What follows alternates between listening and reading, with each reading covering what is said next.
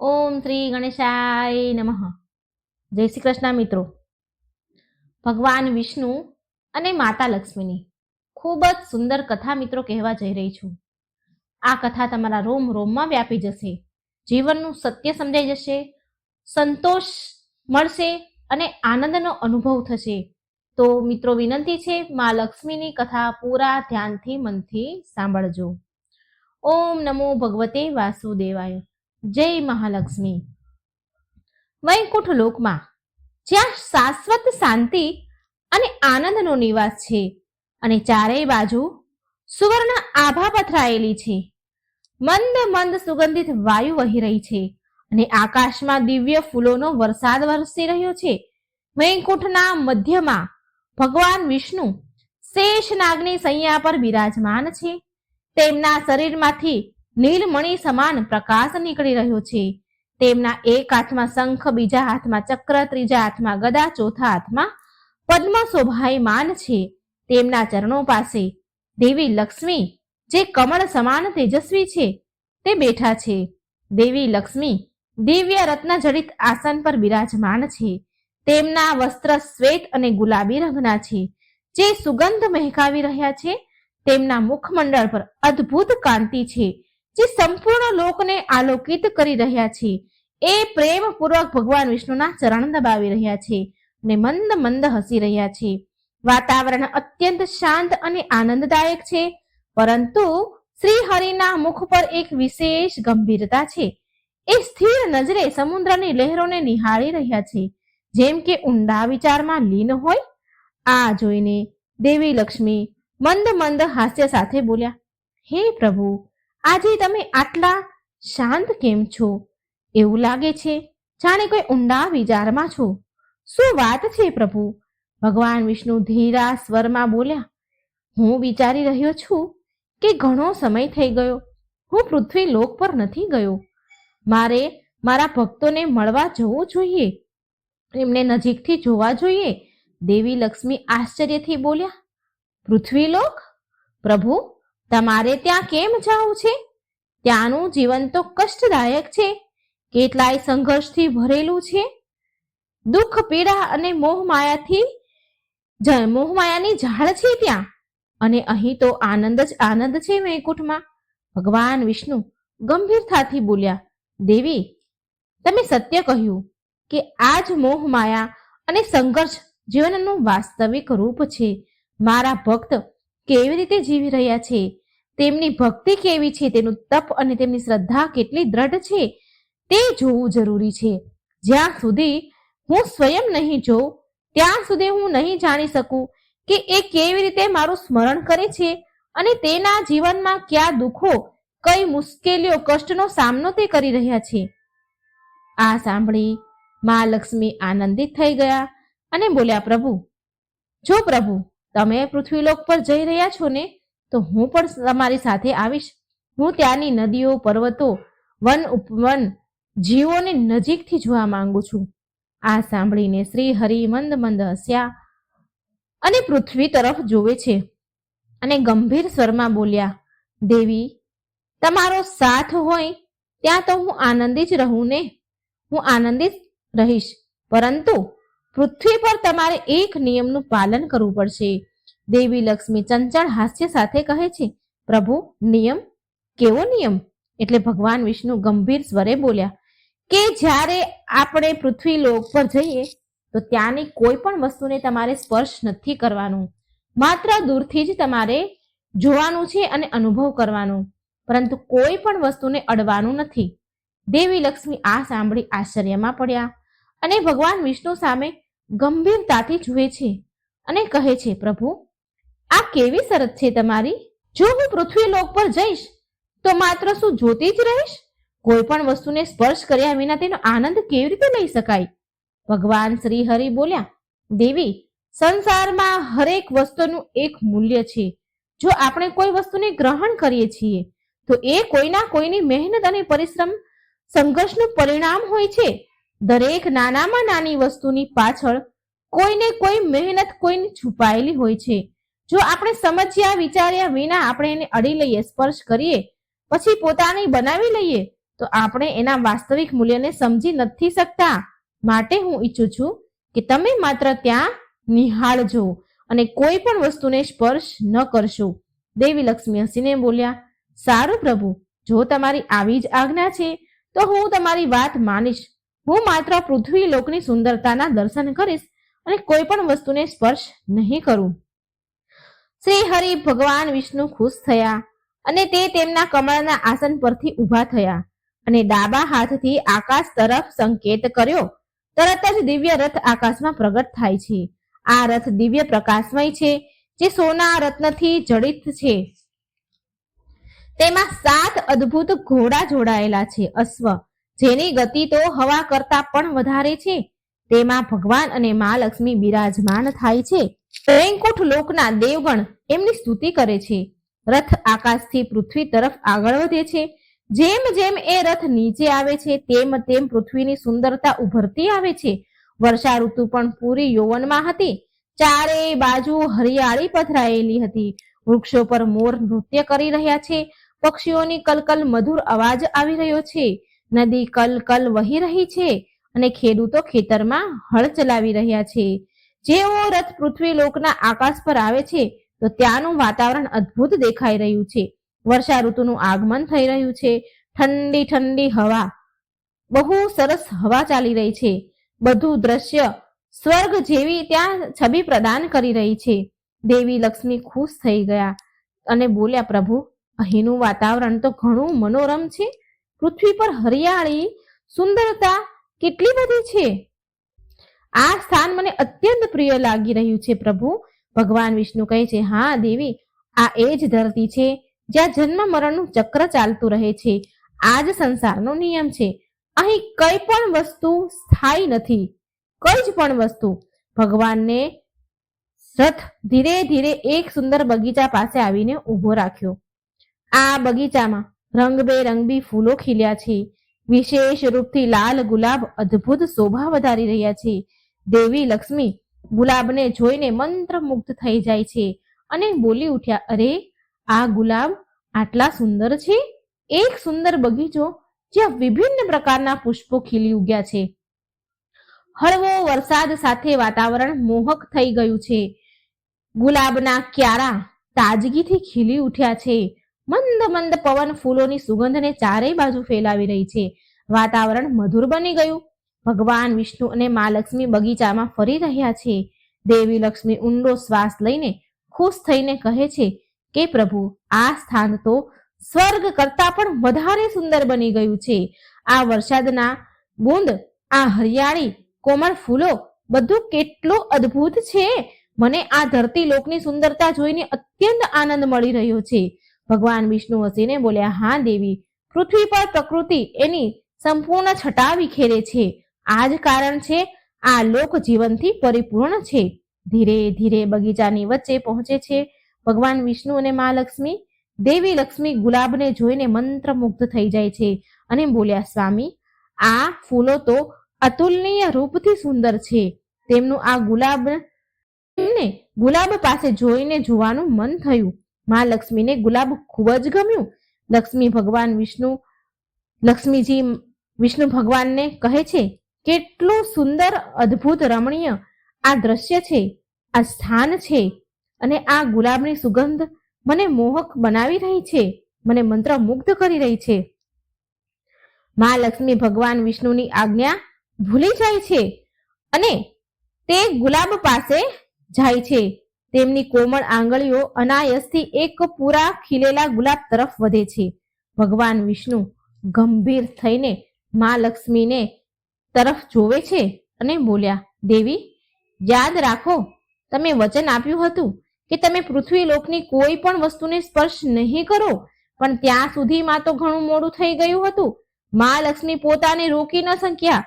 એટલા સુંદર ગુલાબ અને તેની મહેક હતી, એની સુગંધ હતી, એ પોતાને રોકી ન શક્યા અને ભગવાન બોલે છે ત્યાં તો તેમણે એક લાલ ગુલાબ તોડી લીધું અને તેની સુગંધનો આનંદ લેવા લાગ્યા અને બોલ્યા, આ તો માત્ર એક સાધારણ ફૂલ છે પ્રભુ, સાધારણ ફૂલ છે.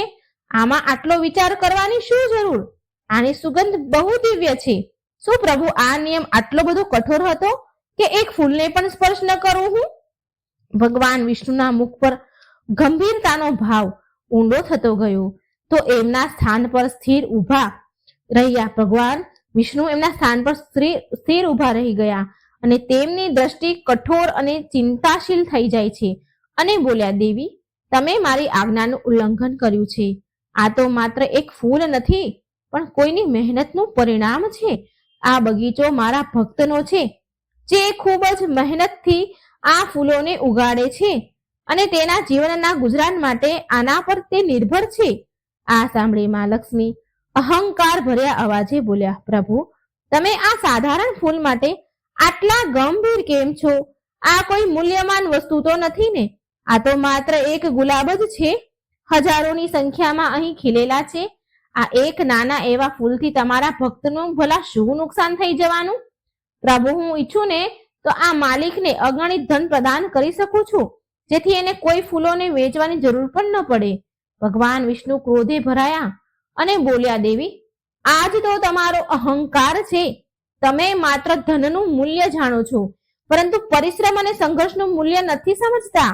તમારા માટે માત્ર આ એક ફૂલ હોઈ શકે છે, પરંતુ આ માલિક માટે આજીવિકાનો આધાર છે. આ તમે કોઈ પણ કશું જ પણ વિચાર કર્યા વિના આ ફૂલને તોડી લીધું, જેમ કે આની ઉપર આપનો અધિકાર હોય. દેવી લક્ષ્મીના ચહેરા પર હજી પણ અહંકારની ઝલક હતી. તે આ વાતને કોઈ વિશેષ મહત્વ આપતા ન હતા. દેવી લક્ષ્મી હળવી હસી સાથે થોડા વ્યંગ એટલે કે મજાક કરતા બોલ્યા, પ્રભુ, તમે આ વાતને આટલી ગંભીર કેમ લો છો? હું ચાહું તો આ બગીચાને સોનાનો હીરા મોતીથી ભરી શકું છું. આ માળીને એટલું ધન આપી શકું કે એ જીવનભર એને કોઈ કામ જ ન કરવું પડે. ભગવાન વિષ્ણુ આ સાંભળી વધારે ને વધારે ક્રોધે ભરાયા. તેના મુખ પર વિશેષ રોષ ઉભરાયો. તેમનો અવાજ પહેલા કરતા પણ વધારે કઠોર થઈ ગયો. ભગવાન વિષ્ણુ દ્રઢ ક્રોધ ભરે નજરે માં દેવી લક્ષ્મી સામે જુએ છે કે, દેવી, આજ તમારી સૌથી મોટી ભૂલ છે. ધન જ બધું નથી હોતું, મહેનતનું પણ પોતાનું મહત્વ હોય છે. તમે અહંકારમાં આને સમજી નથી શકતા, માટે હવે તમારે આનું મૂલ્ય શીખવું જ પડશે. પાઠ તો તમારે ભણવો જ પડશે. હું તમને શ્રાપ આપું છું કે તમારું બધું વૈભવ ઐશ્વર્ય સાથ છોડી દેશે. તમે સ્વયં આ માળીના ઘરે સાધારણ મનુષ્યના રૂપમાં જન્મ લેશો અને ત્યાં રહીને શીખશો શ્રમ મહેનતનું વાસ્તવિક મૂલ્ય શું હોય છે. ભગવાન વિષ્ણુના કહેવાની સાથે જ મા લક્ષ્મીનું દિવ્ય સ્વરૂપ પરિવર્તન થવા લાગ્યું. એના શરીરની સ્વર્ણિમ આભા ધીરે ધીરે મધ્ય થવા લાગી. તેમના વસ્ત્ર બદલી ગયા અને એક નાની એવી કન્યામાં મા લક્ષ્મી બદલી ગયા. તેમની આંખોમાં ભય અને વિસ્મયના ભાવ ઉભરાવા લાગ્યા અને કહે છે, પ્રભુ, તમે આ શું કર્યું? હું એક નાની એવી બાળકીમાં પરિવર્તન થઈ ગઈ છું. મારું ઐશ્વર્ય ક્યાં ચાલ્યું ગયું? ભગવાન વિષ્ણુ બોલ્યા કે તમને આનો જવાબ ત્યારે જ મળશે જ્યારે તમે સ્વયં સંઘર્ષ કરશો અને પરિશ્રમ મહેનતનું મૂલ્ય સમજશો. હવે તમારે આ જ બગીચાના માળીના ઘરે રહીને શીખવું પડશે. જ્યાં સુધી તમે એ નહીં સમજી લો કે મહેનત શું છે, નહીં સમજી લો કે ધનનું મૂલ્ય મહેનત કરતા પણ વધારે નથી હોતું, ત્યાં સુધી આ શ્રાપ રહેશે. આમ કહીને ભગવાન વિષ્ણુ અંતર ધ્યાન થઈ ગયા. બગીચાના ખૂણે નાની કન્યાના રૂપમાં મા લક્ષ્મી એકલા ઊભા રહી ગયા. તેમની આંખોમાં ભય અને અસહાયતા દેખાઈ રહી હતી. એ રડી રહ્યા છે. એટલામાં બગીચાનો માળી ત્યાં આવે છે. માળી જેને સાધારણ વસ્ત્ર પહેર્યા છે, પરંતુ એનું હૃદય કરુણાથી ભર્યું છે. તેની મહેનતથી બગીચાના દરેક ફૂલમાં નવું જીવન આવે છે. માળી ઐશ્વર્યથી જોતા જ પૂછે છે કે, અરે, આ રડવાનો અવાજ ક્યાંથી આવ્યો? માળી આગળ વધે છે. ગુલાબના ક્યારા પાસે એક નાની એવી કન્યા ઊભી છે. કન્યાના મુખ પર ચિંતા અને ગભરાહટ હતી. તેના વસ્ત્ર સાધારણ પરંતુ સ્વચ્છ છે. તેની આંખોમાં આંસુ છે. માળી આશ્ચર્યચકિત થઈને બોલે છે. દયાળુ અવાજમાં બોલ્યા, હે નાની દીકરી, બાળકી, તું કોણ છે? આ બગીચામાં એકલી શું કરી રહી છે? તારા માતા પિતા ક્યાં છે? દેવી લક્ષ્મી, જે હવે એક સાધારણ કન્યાના રૂપમાં છે, તે થોડી વાર તો ચૂપચાપ ઊભા રહ્યા. એ ભગવાન વિષ્ણુના શ્રાપને યાદ કરી રહ્યા હતા અને સમજી જાય છે કે હવે આ જીવનમાં રહીને જ મારે શીખવું પડશે. લક્ષ્મીજી ધીરેથી કહે છે, મને કઈ જ ખબર નથી, મને કઈ જ યાદ નથી આવતું, હું અહીં એકલી છું. માળીએ દુઃખ અને કરુણાથી ભરાઈને પૂછ્યું કે અરે આટલી નાની દીકરી, શું તારું કોઈ ઘર નથી? તારા માતા પિતા ક્યાં છે? દેવી લક્ષ્મીએ માથું ઝુકાવી લીધું. એના હૃદયમાં પહેલી વાર અસહાયતા, બાળકની પીડાનો અનુભવ થયો. લક્ષ્મીજીનું ધીરે ધીરે બોલ્યા, મને કઈ જ નથી ખબર, હું એકલી છું. માળી થોડી વાર માટે મૌન રહે છે અને તેને એ બાળકી ઉપર દયા આવે છે. માળીએ સ્નેહથી કહ્યું, તો પછી બેટા, હવે તું મારી સાથે ચાલ, હું તને મારા ઘરે લઈ જાઉં. માળી તેની ગોદમાં કન્યાને ઉઠાવે છે અને તેના નાના એવા ઘરમાં લઈ જાય છે. એનું ઘર બગીચા પાસે જ હતું. સાધારણ ઝૂંપડી. તેમાં એની પત્ની રોટલી બનાવી રહી હતી. ઝૂંપડીનું વાતાવરણ તો સાધારણ છે, પણ ત્યાં એક આત્મીય શાંતિ વ્યાપ્ત છે. માળીની પત્ની હસી અને આશ્ચર્યથી બોલી, અરે આ કોની છોકરી લઈ આવ્યા છો તમે? આ કોણ છે? ક્યાંથી લઈ આવ્યા? માળી કહે છે, મને આ કન્યા બગીચામાં એકલી ઊભેલી મળી. આ રડતી હતી, તે ડરેલી હોય એવું મને લાગ્યું. મને લાગે છે કે આ અનાથ છે અને તેને મદદ સહારાની જરૂર છે. શું આપણે આ દીકરીને આપણે પાળી શકીએ? આપણી પોતાની બનાવી શકીએ? માળીની પત્ની પહેલા તો થોડી વાર વિચાર કરે છે, પછી એની આંખોમાં મમતા જાગે છે. એ ધીરે રહી હસી અને દીકરીને તેડી લે છે અને કહે છે, હા, કેમ નહીં?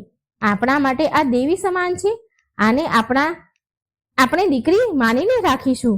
દેવી લક્ષ્મી, જે હવે સાધારણ જીવનમાં આવી ચૂક્યા છે, પહેલી વાર આ નવા સંસારનો અનુભવ કરી રહ્યા છે.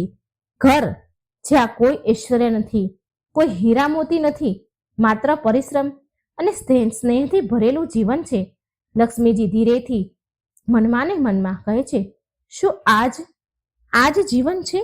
આવું જીવન હોય, આટલું સાધારણ પરંતુ આટલું આત્મીય? હવે દેવી લક્ષ્મીને આ પરિવાર સાથે રહેવું પડશે, પરિશ્રમ કરવો પડશે, કષ્ટ સહન કરવા પડશે અને શીખવું પડશે કે વાસ્તવમાં જીવનમાં મહેનતનું શું મૂલ્ય છે.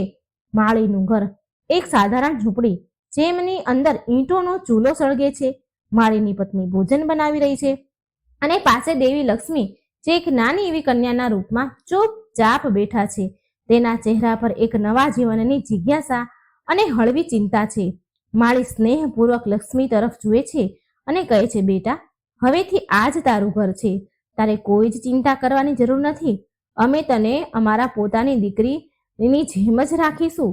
માળીની પત્ની બોલી, હા બેટા, હવે તું અમારી દીકરી જ છે. તારું નામ શું છે બેટા? તારું નામ કહે અમને. લક્ષ્મીજી થોડી વાર તો ચૂપ રહ્યા, કઈ જ બોલ્યા નહીં. તેને યાદ આવે છે કે તે સ્વયં લક્ષ્મીજી છે, વૈકુંઠની દેવી છે, પણ હવે એક સાધારણ કન્યાના રૂપમાં જીવન જીવવું પડશે. તે માથું ઝુકાવે છે અને વિચારે છે કે શું કહેવું જોઈએ મારે. દેવી લક્ષ્મી ધીરા સ્વરમાં બોલ્યા, મારું કોઈ નામ નથી. માળી અને માળીની પત્ની બંને બોલ્યા, કઈ વાંધો નહીં બેઠા, હવેથી તારું નામ પદ્મા છે. તને પદ્મા નામેથી અમે બોલાવીશું. આ નામ બહુ સુંદર છે. જે લક્ષ્મીજી છે, જે હવે પદ્મા કહેવાયા. તે ધીરેથી માથું ઝુકાવે છે. તેને પહેલી વાર નવા જીવનનો અનુભવ થઈ રહ્યો છે. બીજા દિવસથી પદ્માના જીવનમાં પરિવર્તન આવી જાય છે. માળી અને તેની પત્ની સવારે જલ્દી ઉઠે છે. સૂરજની પહેલી કિરણની સાથે એમનો દિવસ શરૂ થાય છે. માળી બગીચામાં કામ કરવા જાય છે અને તેની પત્ની ઘરના કામમાં લાગી જાય છે. પદ્માને પણ હવે સાધારણ જીવનનો ભાગ બનવો પડ્યો. માળીની પત્ની બોલી, પદ્મા બેટા, હું તને ઘરના નાના નાના કામ શીખવાડું છું.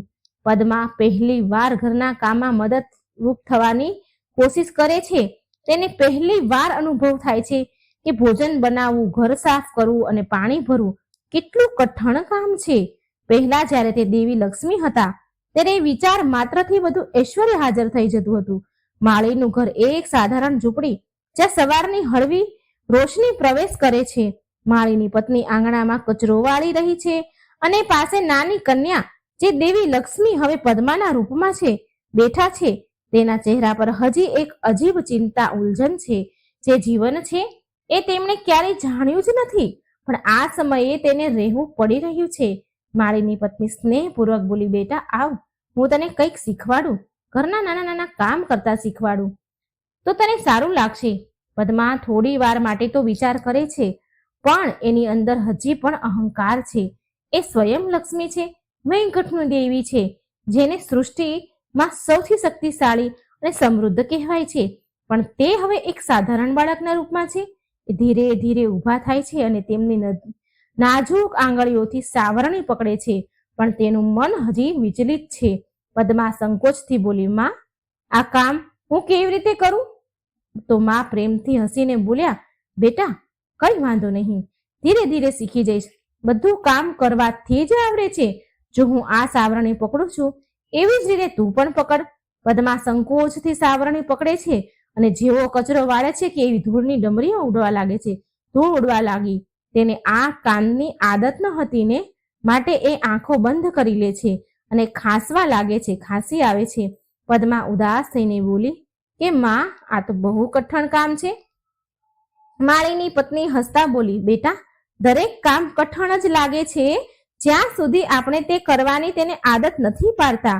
પણ એ પણ વિચારો કે જો આપણે સફાઈ નહીં કરીએ તો આ ઘર કેટલું ગંદુ લાગશે. આ પણ વિચારવા જેવી વાત છે ને. ભલે કામ કઠણ હોય, પણ એ ત્યાં સુધી લાગે જ્યાં સુધી આપણે એને રોજ કરવા ન લાગીએ. પછી સહેલું લાગે. પણ જો આપણે ઘર સાફ જ ન કરીએ રોજે તો કેટલું ગંદુ લાગે. પદ્મા થોડી વાર માટે તો વિચાર કરવા લાગી. તેને યાદ આવે છે કે જ્યારે એ વૈકુંઠમાં હતા તો ત્યાંની દરેક જગ્યા સ્વચ્છ અને સુંદર છે, પણ ત્યાં આ બધું કોઈ કરતું ન હતું. એ બધું સ્વયં સિદ્ધ હતું. અને અહીં ધરતી પર દરેક વસ્તુ મહેનતથી થાય છે, એ કોઈ એમનેમ નથી થઈ જતું. આ વિચારી તેના મનમાં નવો વિચાર જન્મ લે છે. પદ્મા ધીરેથી આત્મમંથન કરતા કહે છે, પોતાને કહે છે કે શું આ જીવન છે? આ જીવનનું વાસ્તવિક રૂપ છે? પરિશ્રમ વિના કંઈ પણ સંભવ નથી. થોડા દિવસ આમને આમ વીતી ગયા અને થોડા દિવસમાં પદ્મા જાતે જ બધા ઘરના કામ કરવા લાગે છે. એક દિવસ માળી પદ્માને તેની સાથે બગીચામાં લઈ જાય છે, જ્યાં ફૂલો ઉગેલા છે. જ્યાં તે માળી ફૂલોની સાર સંભાળ રાખે છે, ફૂલોની ખેતી કરે છે. માળી કહે છે, બેટા પદ્મા આવ, આજે હું તને દેખાડીશ કે આ બગીચો, ફૂલોનો બગીચો કેવી રીતે થાય છે, કેવી રીતે ફૂલો ઉગે છે. જો બેટા, આ ફૂલોના છોડને રોજ પાણી આપવું પડે છે, માટીને સરખી કરવી પડે છે, ત્યારે આટલા સુંદર ફૂલ ખીલે છે.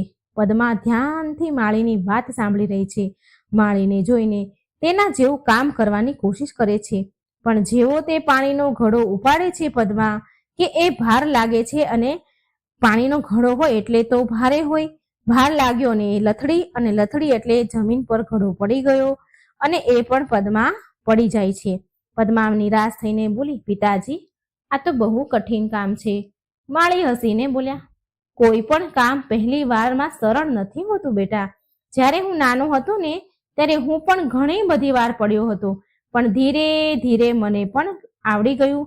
મેં પણ કામ શીખી લીધું. મહેનતનું સૌથી મોટું ફળ આ જ છે. એ આપણને આત્મનિર્ભર બનાવે છે. પદ્મા માળીની વાતને ગંભીરતાથી વિચારે છે. અત્યાર સુધી તેને લાગતું હતું કે ધન સૌથી મોટી શક્તિ છે, પણ હવે માં લક્ષ્મી પદ્માને સમજાવવા લાગ્યું કે મહેનત વિના ધનનું કોઈ મૂલ્ય નથી. થોડા મહિનામાં પદ્મા ઘરના અને બગીચાના કામમાં સહાયતા કરવા લાગી અને બધા કામ આવડી ગયા. પદ્માની અંદર હવે અહંકાર નથી રહ્યો. તેની અંદર એક નવો આત્મવિશ્વાસ જન્મ લઈ રહ્યો છે. એક દિવસ માળીની પત્ની બીમાર થઈ ગઈ અને ઘરનું બધું જ કામ પદ્માને કરવું પડ્યું. હવે એ પહેલી વાર એકલા રોટલી બનાવે છે, વાસણ ધોવે છે અને ઘરની સફાઈ કરે છે. જ્યારે માળી ઘરે પાછા આવે છે તો એ જુએ છે કે તેની દીકરી પદ્માએ પૂરા ઘરને સંભાળી લીધું છે. માળી આશ્ચર્ય અને ગર્વથી બોલ્યા, બેટા તે તો બહુ સારું કામ કર્યું. જો તે મહેનત કરી બધું જ શીખી લીધું ને. પદ્મા પહેલી વાર તેની અંદર એક આનંદ અનુભવ કરી રહી છે. આ આનંદ વૈકુંઠના ઐશ્વર્યથી અલગ હતો. આ આત્મસંતોષનો આનંદ હતો. તેને પહેલી વાર મહેસૂસ થાય છે કે મહેનત કર્યા બાદ જ્યારે તેનું ફળ મળે છે તેનું સુખ કેટલું અદ્ભુત હોય છે. એક દિવસ માળીની પત્ની પદ્મા લક્ષ્મીજીને બહાર મોકલે છે તેને કંઈક અનાજ અને શાકભાજી ખરીદવા માટે. માળીની પત્ની તેને થોડા સિક્કા આપે છે. પદ્મા જ્યારે બહાર બજારમાં જાય છે તો ત્યાં અનેક પ્રકારની વસ્તુઓ વહેંચાઈ રહી હતી. આકર્ષક કપડાં, ઘરેણાં, મીઠાઈઓ વગેરે ઘણી બધી વસ્તુ. પદ્મા આ બધું જોવે છે અને પહેલા તો લલચાઈ જાય છે, પણ પછી વિચારે છે કે જો પૈસા વ્યર્થમાં હું ખર્ચ કરીશ તો ઘરમાં આજે ભોજન નહીં બને. એ જરૂરી વસ્તુ ખરીદીને ઘરે આવી અને માળી અને તેની પત્ની બહુ ખુશ થયા. તેની સમજદારીથી ખુશ થયા. માળીની પત્ની ખુશ થઈને કહે છે, બેટા, તે શીખી જ લીધું ને કે ધન માત્ર સંગ્રહ કરવા માટે નથી પણ સાચી રીતે ઉપયોગ કરવા માટે હોય છે. પદ્મા મનમાં ને મનમાં વિચારે છે અને હળવું હાસ્ય સાથે વિચાર કરી રહી છે કે કદાચ આ જ પાઠ ભણાવવા માટે મને પ્રભુએ આ જ પાઠ શીખવાડવા માટે અહીં મોકલી છે. આ જ પાઠ મને શીખવાડવા માંગતા હતા.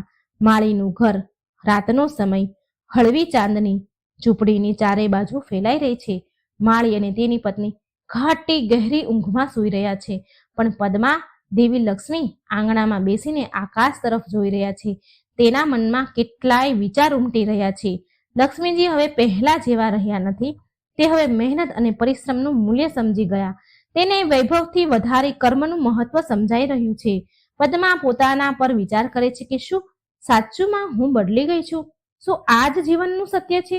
શું જે મેં શીખ્યું એ જ અસલ ધન છે? એટલામાં અચાનક આકાશમાં દિવ્ય પ્રકાશ પ્રગટ થયો. ભગવાન વિષ્ણુ પ્રગટ થયા. તેમના દિવ્ય સ્વરૂપમાં ઊભા છે. તેમના ચારેય હાથમાં શંખ, ચક્ર, ગદા, પદ્મ. તેમના મુખ પર મંદ મંદ હસી પણ આંખોમાં ગંભીરતા છલકાઈ રહી છે. ભગવાન વિષ્ણુ ગંભીર પરંતુ સ્નેહપૂર્ણ અવાજે બોલ્યા, હે દેવી લક્ષ્મી, શું તમે મને સમજી ગયા ને? તમે હવે સમજી ગયા છો ને કે દરેક વસ્તુનું પોતાનું મૂલ્ય હોય છે? શું તમને હવે મહેસૂસ થયું ને કે મહેનતથી મળેલું ધન અસલ ધન હોય છે? પદ્મા, જે અત્યાર સુધી પોતાને એક સાધારણ કન્યાના રૂપમાં જોતી હતી, તે અચાનક સમજી જાય છે કે હવે આ પરીક્ષા સમાપ્ત થવાનો સમય આવી ગયો છે. ધીરે ધીરે પદ્મા ઊભી થાય છે અને ભગવાનના ચરણોમાં માથું ઝુકાવી દે છે. તેની આંખોમાંથી તો આંસુની ધારા વહેવા લાગી. પદ્મા વિનમ્ર સ્વરમાં આંસુ ભરેલા આંખોથી બોલી, હે પ્રભુ, હવે મને સમજાઈ ગયું છે કે હું મારા ઐશ્વર્યના અભિમાનમાં ભૂલી ગઈ હતી કે ધનથી મોટું કોઈ નથી. પણ મેં અહીં રહીને, પૃથ્વી લોક પર રહીને હું શીખી છું કે ધનનું મૂલ્ય ત્યારે જ હોય છે જ્યારે મહેનત, પરિશ્રમ અને કર્તવ્યથી મેળવવામાં આવ્યું હોય. માળી અને તેની પત્નીએ શીખવાડ્યું કે મહેનત જ જીવનની સૌથી મોટી પૂંજી છે. હું ભૂલી ગઈ હતી કે હું માત્ર ધનની દેવી નથી પણ પરિશ્રમ અને સદગુણોની પણ અધિષ્ઠાત્રી છું. પરિશ્રમ અને સદગુણોની અધિષ્ઠાત્રી છું. હવે હું આ સત્યને પૂરી રીતે સ્વીકાર કરું છું પ્રભુ. ભગવાન હસીને બોલ્યા કે દેવી લક્ષ્મી, આ શિક્ષા જ તો તમારે પ્રાપ્ત કરવાની હતી.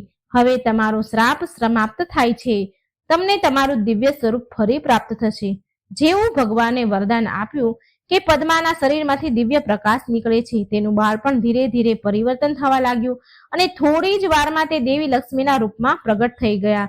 સોનાની, સુવર્ણની આભા યુક્ત, કમળ સમાન તેજસ્વી અને દિવ્ય આભૂષણોથી સુશોભિત છે. એટલી દિવ્યતાથી વાતાવરણ ભરાઈ જાય છે કે માળી અને તેની પત્ની આંખો એની ખુલી જાય છે. એ બંને ઉઠી જાય છે. એ જ્યારે જુએ છે કે તેમની દીકરી બનેલી પદ્મા સ્વયં માતા લક્ષ્મી છે તો એ હાથ જોડીને ઊભા રહી જાય છે. ડરથી કાપવા લાગે છે.